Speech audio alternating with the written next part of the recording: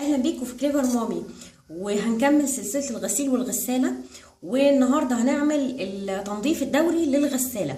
طبعا مع اختلاف الموديلات، يعني كل حد هيبقى عنده موديل مختلف وشركه مختلفه ونوع مختلف، فيبقى اكيد في اختلاف. لكن اعتقد انه الكل بيجتمع في انه في فلاتر في الغساله لازم بتتنضف. الغسيل الدوري لحله الغساله ودوره سريان الميه جوه الغساله مع شطف الغسيل والكلام ده كله محتاج الصيانه بتاعته اللي انت بتعمليها او التنظيف الدوري للغساله. والافضل خلي التنظيف الدوري للغساله كل شهر. ليه؟ عشان تحافظي على نظافة الغسيل، ريحته الحلوة، لانه مش المساحيق ولا الكلام ده كله هو اللي بيحافظ على الريحة الحلوة للغسيل ولا النظافة بتاعته اللي انت عايزة توصلي لها، مش بالمساحيق والكلام ده كله. اللي هنعمله مع بعض هو انه هنشوف فين الفلاتر اللي المفروض بتتنضف، دورة التنظيف بتاعة الغسالة بتمشي ازاي. انا يعني دلوقتي سبقتكم وعملت الفلتر ده. الفلتر اللي هو اللي بيكون في الغسالة، اللي هو مسؤول عن انه يجمع اي مثلا بواقي. يعني انت لما هتخرجيه هتلاقي موجود فيه مثلا شعر، وبر من الملابس. حسب انواع الملابس اللي بتتحط في الغساله، ممكن تلاقي مثلا انت كان في فلوس نسيتيها فضه مثلا في جيب هتلاقيها نازله فيه. مثلا شرابات، شراب كان صغير قوي وما اخدتيش بالك انه دخل في وسط الهدوم، ممكن تلاقيه. وحاجه غريبه جدا انه ممكن يعني اللي يعرفك انه الموضوع ده متعلق بالفلتر ده مخصوص، انه لما هتلاقي الغسالة مش بتجفف كويس، انه الغسيل بيطلع ريحته مش كويسة، اعرفي ان المشكلة في الفلتر ده. تمام؟ طب هنعمل ايه بقى؟ ده الفلتر اللي بقولكوا عليه، واعذروني لان الحاجات دي الحقيقة انا يعني اخر ما قدرت اوصل له هو الموضوع ده، لانه رواسب الميه واتساخات الميه هي اللي بتعمل الشكل اللي انتوا شايفينه ده. لكن هو نظيف، مفيش فيه الاخرام اللي دي، الفتحات دي مش مسدوده، بالعكس مفتوحه، وده اهم شيء. لكن هو نظيف وانا بغسله، اما اغسليه بالفيم، اغسليه بالبيكربونات وملح الليمون وشويه خل واشطفيه كويس. المهم ان هو يتغسل من اي شوائب تكون فيه، لانه هتلاقي فيه اثار فتل ووبر وحاجات كده كتير، واي رواسب بتنزل من الغسيل هتلاقيها موجوده فيه. هو ده اللي بيسد الغساله ويخليها ما تجففش كويس وما تخليش ريحه الهدوم كويسه مهما تحطي منظفات. الفلتر ده مكانه هنا، بيدخل هنا جوه هنا.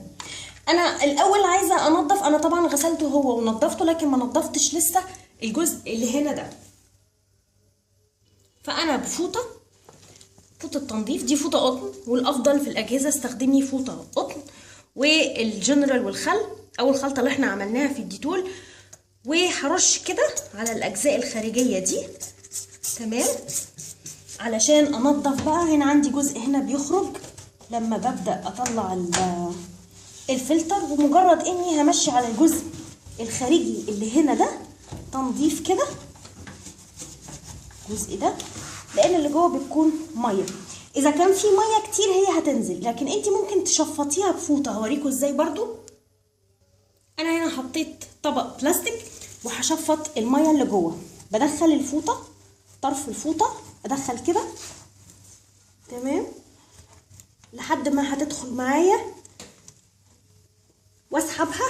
هتسحب الميه الزياده اللي جوه، هعصرها. حطي طبق هنا تحتها، حط الطرف التاني لانه ناشف، هيسحب الميه الزياده عشان نبدا نشغل دوره غسيل نظيفه بالخل للغساله. بس كده كده انا سحبت تقريبا الميه اللي كانت موجوده كلها جوه الفلتر بالفوطه تاني اللي كانت فيها الجنرال والخل او اي منظف عندك، وهرجع انشف واجفف تاني الجزء ده كويس قبل ما اركب الفلتر.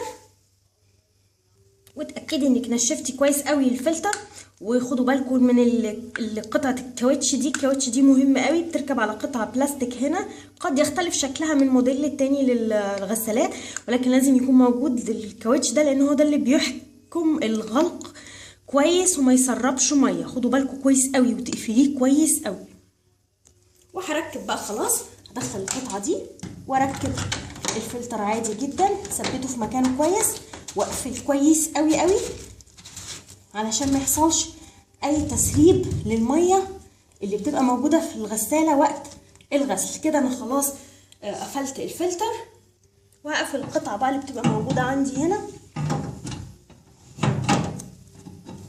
شوف بس المجرى بتاعتها بس كده، وبقفلها. وكده فلتر الغساله الاساسي اتنضف وبقى نضيف خلاص. الفلتر اللي لا يقل اهميه برضو في الغساله عن الفلتر اللي نضفناه، فلتر الميه اللي هو بيبقى عند مدخل الميه للغساله. ده خرطوم الميه برضو قد يختلف من موديل لاخر، لكن اكيد في وصله الميه موجوده، بيكون موجود هنا جوه. وخدوا بالكم قبل ما نشتغل في الغساله خالص بنفصل الكهرباء وكمان الميه، علشان لما هنفتح الفلتر دلوقتي لو الميه واصله هتلاقي تدفق للميه فظيع هنا. هبدا افك بقى هنا، ده هفكه كده، اللي هي دي الكره الدواره دي بتتفك كده اهي كده اتفكت. خدي بالك برضو بيكون في هنا جوه جزء هنا قطعه من الكاوتش اللي بتحكم الغلق، خدي بالك لا تضيع منك او تقع منك وانتي مش اخده بالك. هو ده الفلتر، انا طلعته بس شويه لانه بيطلع بحاجه حاده يعني مفك او سكينه لازم اطلعه. بصوا بينط مني ازاي. انا بس عايزه اوريكم، شايفين الاتساخ اللي فيه؟ دي رواسب بتكون موجوده في الميه. فانا هاخده دلوقتي اوريكم هغسله ازاي بميه عاديه جدا. هغسله هينزل كل اللي فيه. شايفين الحاجات اللي نزلت في الحوض دي رواسب بتكون موجوده فيه وفي الميه اللي بتسحبها الغساله. انا هساعد نفسي بفرشه اهي سهل عليا انه كل الرواسب دي تخرج اهي. وباي منظف ممكن الجنرال ينضفها كمان، او مسحوق حتى غسيل الملابس بس هو نضيف. يعني لو حسب اتساخه لقيتي اكتر من كده ومحتاج ماده تنظيف تساعدك في التنظيف فاستخدمي ماده التنظيف وبقى نضيف بالشكل ده. بصوا الفرق بين دلوقتي وقبل كده. هرجع للمكان اللي بتركب فيه الفلتر، برضو لازم يتنضف. انا هنضفه، المكان ضيق سامحوني معلش. برضو هرش عليه شويه من جنرال خل، وبرضو هبدا انضف الجزء الداخلي بالفوطه اللي نضفت بيها ولمعت الفلتر الاسفل. اتاكد انه نضيف. وهنا عشان كان بنزل شويه حاجات تمام كده خلاص مكانه بقى نضيف. هركب بقى الفلتر تاني. قد يختلف شكله يا جماعة من موديل للتاني في الغسالات، ولكن ارجعي لكتالوج غسالتك وشوفي هو موجود فين وشكله ايه وبيخرج ازاي.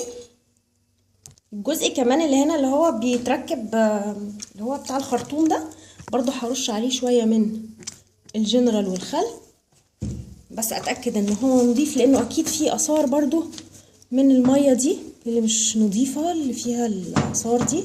ونضف الحلقة دي كويس. خدي بالك قبل ما تركبي انه الكاوتشة دي موجودة فيها. ويتركب بقى تاني، تثبت كويس ويتركب تاني. انا فكيت بالاتجاه ده يبقى انا هركب في الاتجاه ده.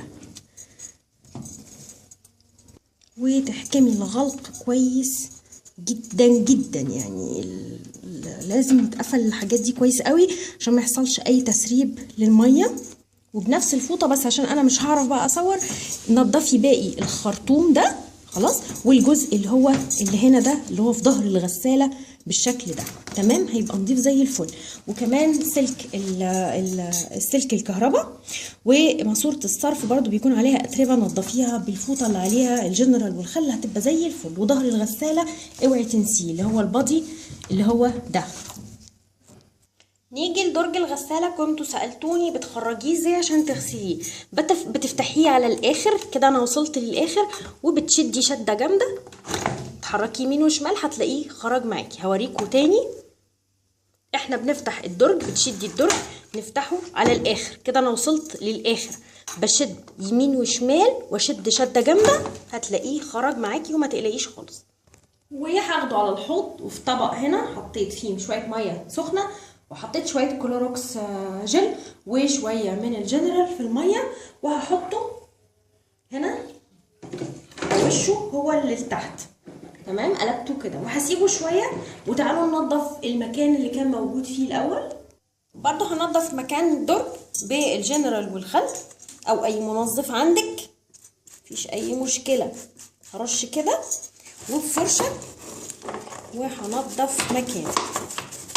الفرشه بس هتساعد انه اعرف اوصل للاماكن، لانه شايفين في اماكن هنا غائره شويه. شايفين حتى الحاجات اللي بتطلع برضو اثار الميه زي ما شفتوا في الفلتر اللي داخل بالميه للغساله. تمام، هكمل بقى انا. بصوا مكان التنظيف الفرشه، وبصوا هنا المكان بفوطه برضو هبدا اشيل اثار التنظيف من جوه. دخل ايدي كده بالفوطه، وتخيلوا هتلاقوا حاجات غريبه بتطلع كده. عايزه اوريكم بس الحاجات اللي بتطلع. شايفين دي بواقي صابون بتكون جوه ومكان الغسيل وحاجات كتير كده.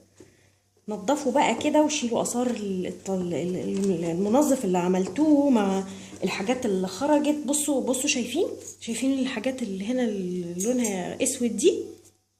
لو لقيتوا الموضوع صعب معاكم قوي في التنظيف، اعملوا خلطة الكربوناتو والخل وملح الليمون او عصير ليمون كمان، او الليمون المغلي اللي احنا كنا عملناه، وبفرشة وابداي اشتغلي. وفي فرش السلك كمان برضو اشتغلي بيها، ممكن تساعدك اكتر انها تنظف. والفوطه شيلي بيها اثار التنظيف زي ما وريتكم. زي ما انتم شايفين في شويه حاجات زي ما انتم شايفين جوه كده، مش عارفه هي واضحه لكم ولا لا، بتكون رواسب جيريه جامده قوي زي اللي شفتوها في الفلتر اللي موجود اسفل في الغساله. وبعد ما سيبنا الدرج هنا في الحاجات اللي قلنا عليها هنا دي، هبدا بقى انضف. فانا هعمل ايه؟ هطلعه بس شويه كده من الميه، ما يبقاش فيه ميه كتير. تمام كده. وهحط شويه من الفيما فاكرينه والليم. كل دي منتجات شبه بعض لكن اختلاف شركات، لكن هو المنتج واحد. ليم، فيما، اي حاجه. هحط عليه كده. خدوا بالكم ان هو من المركبات الاساسيه فيه البيكربونات. وهاخد من الميه اللي هنا دي بالفرشه كده وابدا انضف كده. نضفي بقى كويس وشيلي كل الحاجات اللي موجوده. وممكن تستخدمي سلك، مفيش اي مشكله، ما تخافوش وما تقلقوش. بس يعني ايه، ما خليكي حذره برضو وانت بتشتغلي، وخدي بالك من الخامه اللي انت بتشتغلي بيها. انا هكمل بقى دعك بالفرشه كل ده ونرجع تاني. وهشطفه بقى شطف عادي، ميه جاريه بالشكل ده كله فوق وتحت. وهسيبه يصفي شويه، وعلى بال ما يصفي هنضف انا بقى باضي الغساله برضو بالمنظف اللي بتشتغلي بيه. والجنرال والخل هيجيب معاكي نتيجه كويسه. فوطه قطن، ولمعي الجزء الخارجي اللي هنا ده كله وباب الغساله كمان كله. الجزء اللي بيكون هنا فوق هحط بس على الفوطه بعيد عن الزراير، يعني الزراير ما ترشيش عليها المنظف او الجنرال والخل زي ما قلت لكم. الحاجات دي لو صعبه شويه معاكي في التنظيف اشتغلي بفرشه اسنان. تمام. ونلمع كل الجزء، والاجناب لو تقدري كمان تلمعيها. كمان بحب بالمنظف اللي هو الجنرال والخل او الجنرال والخل ومعدي طول انضف برضو من الجزء الداخلي هنا للباب داير يبقى كده جوه وبره بقى نضيف زي الفل. تمام كده. اتاكدي بقى من جفاف الدرج من الخارج اهم حاجه كويس قوي، لان من الداخل مش مشكله، انت هتحطي ميه اساسا يعني. فهنركب بقى دلوقتي. بتحطيه في مكانه اهو، دخل يعني انا ظبطته كده على المجرى بتاعته، وزقي زقه جامده هيدخل معاكي على طول. بس كده خلاص الدرج اتركب تمام خلاص.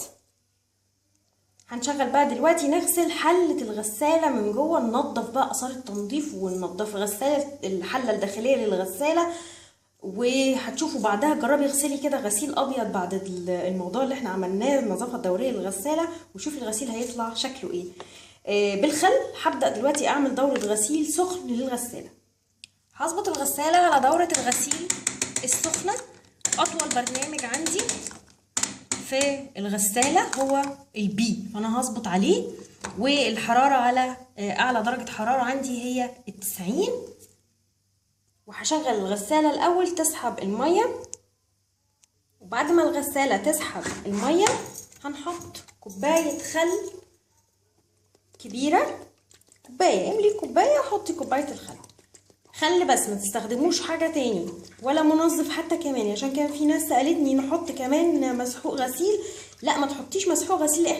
احنا بنعمل دورة الغسيل اللي بالخل دي علشان نشيل اثار الصابون الزيادة اللي موجود في الغسالة، في حالة الغسالة، في مواسير وخراطيم الطرد اللي موجودة والفلاتر بتاعة الغسالة. وهنسيبها بقى تشتغل وتكمل دورة الغسيل عادي جدا، تشطف وتنشف كأنك مشغلة دورة غسيل عادية جدا.